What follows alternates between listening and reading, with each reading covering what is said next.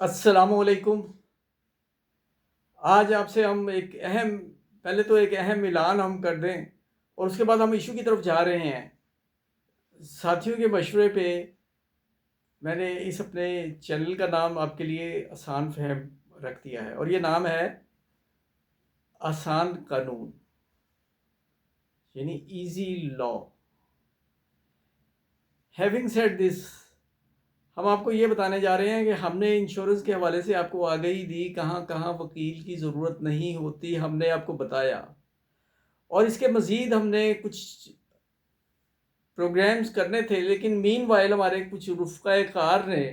ہمیں یہ مشورہ دیا کہ آج کل ہم سے جو بطور ایڈوکیٹ جو کویسچن ہوتا ہے وہ یہ ہوتا ہے کہ امیگریشن کا کیا طریقہ کار ہے،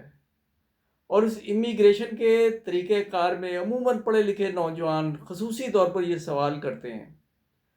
اور ان کا زیادہ رخ جو ہے وہ کینیڈین امیگریشن کی طرف ہوتا ہے۔ آج اب اس ویڈیو میں ہم ایک تعارفی آپ کو ایک پروگرام کر لیتے ہیں۔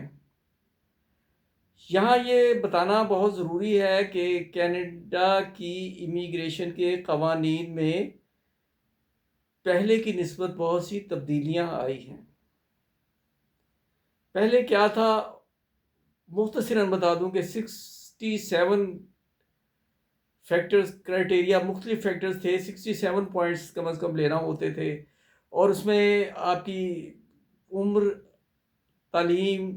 سروس، اور آپ کی رفیقہ حیات کی ایجوکیشن، اور کینیڈا میں اگر کوئی بلڈ ریلیشن رکھنے والا کوئی ہے اس کے نمبر ملتے تھے، اور اس طرح ملا کے 67 پورا ہو جاتے تھے، جس میں ایجوکیشن میں عموماً یہ تھا کہ اگر آپ نے میکسیمم کیٹیگریز کے نمبر ہوتے تھے، جس میں آئٹس بھی شامل تھا، آئٹس کے 7 بینڈ سمجھے جاتے تھے، لیکن اگر آپ کے ایجوکیشن کے نمبر پورے ہیں اور آپ کی سپاؤس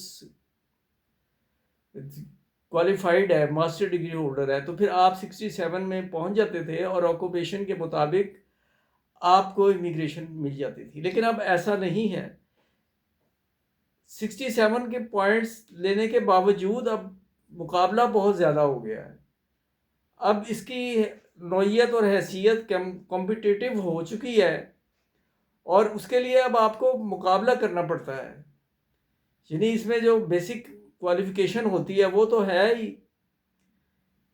لیکن اس کے علاوہ آپ کو آگے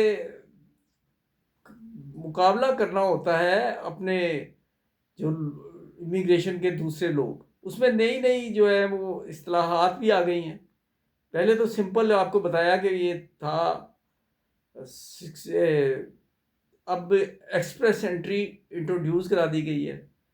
اور اس میں کیا کچھ ہوتا ہے یہ ہم آپ کو آگے بتانے جا رہے ہیں۔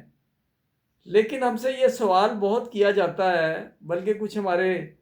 اور واضح طور پہ میں آپ کو ذرا یہ بتا دوں کہ کچھ عرصہ ہم نے اس کی اسیسمنٹ کا کام بھی سکسیسفلی کیا ہے، اور اب بھی ہماری ٹیم یہ دیکھتی ہے معاملات۔ تو میں آپ کو یہ بتا رہا تھا کہ پہلے تو یہ تھا کہ اس کے بعد 67 فیکٹرز ہیں، آکوپیشن آپ کا جو ہے وہ سوٹیبل ہے، تو بہت زیادہ چانسز ہو جاتے تھے اور کوئی ضرورت نہیں ہوتی تھی۔ اگر اس سے پہلے کے دور میں اگر ہم آئیں تو اس میں انٹرویو بھی کمپلسری تھا، پھر انٹرویو بھی ویو ہو گیا، اینڈ سلولی اینڈ گریجولی طریقہ کار بدلتے رہے۔ اب آپ کے پاس پروونشل جو ایک ہے، اس کی بھی اگر کسی صوبے کی طرف سے آپ کو آفر ہے تو وہ بھی آپ کا یہ چانس بنا سکتی ہے۔ اس کی مفصل رپورٹ آپ کو ہم اگلے پروگرام میں دیں گے، لیکن ایک واضح بات کر دوں کہ کوئی شخص اگر آپ کو یہ کہتا ہے کہ میں آپ کو 100% گارنٹی دیتا ہوں کہ آپ کو ویزا آپ کا لگ جائے گا، تو میں آپ کو دیانت دارانہ طور پر یہ بتا رہا ہوں، ہم آپ کو یہ گارنٹی نہیں دیتے، لیکن ہم یہ ضرور بتائیں گے کہ ہمارے نالج کی بیس پہ آپ اس میں اہل ہونے کے کتنے فیصد امکانات ہیں۔ اور ایک بات آپ یاد رکھیے، ایک ویزا آفیسر کی یہ ثوابدید ہے کہ وہ تمام کیٹیگریز پوری ہونے کے باوجود وہ ویزا ریجیکٹ کر دے تو اسے کوئی پوچھے گا نہیں، یعنی کہ اس ملک کا چیف ایگزیکٹو وہ وزیر اعظم وہ بھی نہیں اسے پوچھ سکتا۔ تو یہ بات ذہن میں رکھا کیجئے۔ میری اس بات کو لوگ کچھ بیچارے ناسمجھ نیگیٹو میں لے جاتے ہیں، ایسی بات نہیں ہے۔